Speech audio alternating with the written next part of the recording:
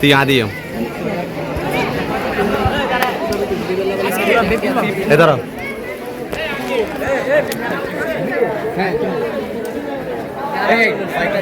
আসসালামু আলাইকুম ওয়া রাহমাতুল্লাহ।